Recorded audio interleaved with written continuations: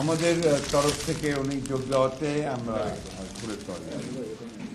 আনুষ্ঠানিকভাবে বিএনপিতে যোগ দিলেন সাবেক অর্থমন্ত্রী শাহ এম এস কিবরিয়ার ছেলে ও গণ অধিকার পরিষদের আহ্বায়ক রেজা কিবরিয়া। আজ সোমবার ১ ডিসেম্বর গুলশানে বিএনপির চেয়ারপারসনের রাজনৈতিক কার্যালয়ে দলটির মহাসচিব মির্জা ফখরুল ইসলাম আলমগীরের হাতে ফুল দিয়ে আনুষ্ঠানিকভাবে তিনি বিএনপিতে যোগ দেন। এ সময় রেজা কিবরিয়া এক প্রতিক্রিয়ায় বলেন, বিএনপিতে যোগ দিতে পেরে আমি গর্বিত। আমি বিএনপিতে যোগদান দিতে খুবই গর্বিত। এই দলটার ইতিহাসটা হলো গণতন্ত্রের ইতিহাস।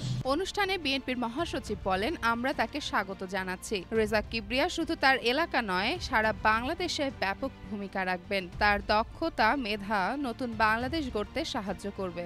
আমরা ডক্টর রেজা কিবরিয়াকে স্বাগত জানাচ্ছি এবং আশা করছি যে ডক্টর রেজা কিবরিয়ার যোগদান শুধু তার এলাকা না, নির্বাচনী এলাকা নয়, সারা বাংলাদেশেই একটা প্রভাব বিস্তার করবে।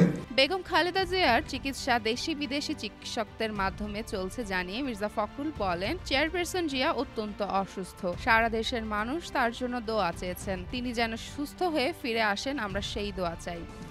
আপনারা সবাই জানেন যে আমাদের দলের চেয়ারপারসন এই দেশের সবচেয়ে জনপ্রিয় নেত্রী এবং গণতন্ত্রের আপসীন নেত্রী, দেশনেত্রী বেগম খালেদা জিয়া এখন অত্যন্ত অসুস্থ, হাসপাতালে আছেন।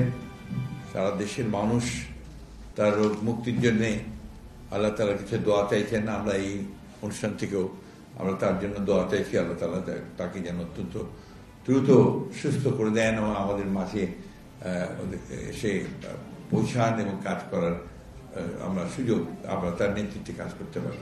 মহাসচিব আরও বলেন, অনেক আত্মত্যাগের মাধ্যমে সুযোগ পেয়েছি নতুন বাংলাদেশ গড়ার। সংস্কারের সনদে সই করেছি। নির্বাচনের পরিবেশ তৈরি হয়েছে। গণতান্ত্রিক সমৃদ্ধ সরকার গঠন করতে চাই, কারণ রাষ্ট্র পরিচালনার অভিজ্ঞতা বিএনপির আছে। যে অনেক চড়াই উতরাই পার হয়ে, অনেক আন্দোলন, অনেক রক্তত্যাগ, অনেক আত্মত্যাগ এর মধ্য দিয়ে কিন্তু আমরা একটা সুযোগ পেয়েছি এই গণ অভ্যুত্থানের পরে, ছাত্র গণ অভ্যুত্থানের পরে একটা নতুনভাবে বাংলাদেশকে নির্মাণ করবার আমরা একটা সনদ, সংস্কারের সনদ আমরা স্বাক্ষর করেছি। এবং এখন আমি মনে করি যে দেশে একটা পরিবেশ তৈরি হয়েছে একটা অবাধ সুষ্ঠু নির্বাচন অনুষ্ঠানের।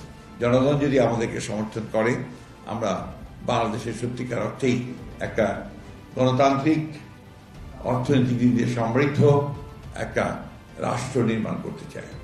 সেই রাষ্ট্র নির্মাণের অতীত অভিজ্ঞতা আমাদের রয়েছে। ২০১৮ সালের জাতীয় সংসদ নির্বাচনের আগে রেজা কিবরিয়া গণফোরামে যোগদান করে পরে দলটির সাধারণ সম্পাদক হন। পরে তাকে কেন্দ্র করে দলটি দুই ভাগে বিভক্ত হয়। এরপর তিনি ডাকসুর ভিপি নুরুল হক নূরের সঙ্গে গণ অধিকার পরিষদ গঠন করেন। সেখানে আহ্বায়ক হিসেবে দায়িত্ব পালন করেন, কিন্তু সেখানে তাকে কেন্দ্র করে দলটিও দুই ভাগে বিভক্ত হয়। পরে বিভক্ত দল আমজনতার দলের প্রতিষ্ঠাতা আহ্বায়ক হিসেবে দায়িত্ব পালন করেছে রেজা কিবরিয়া।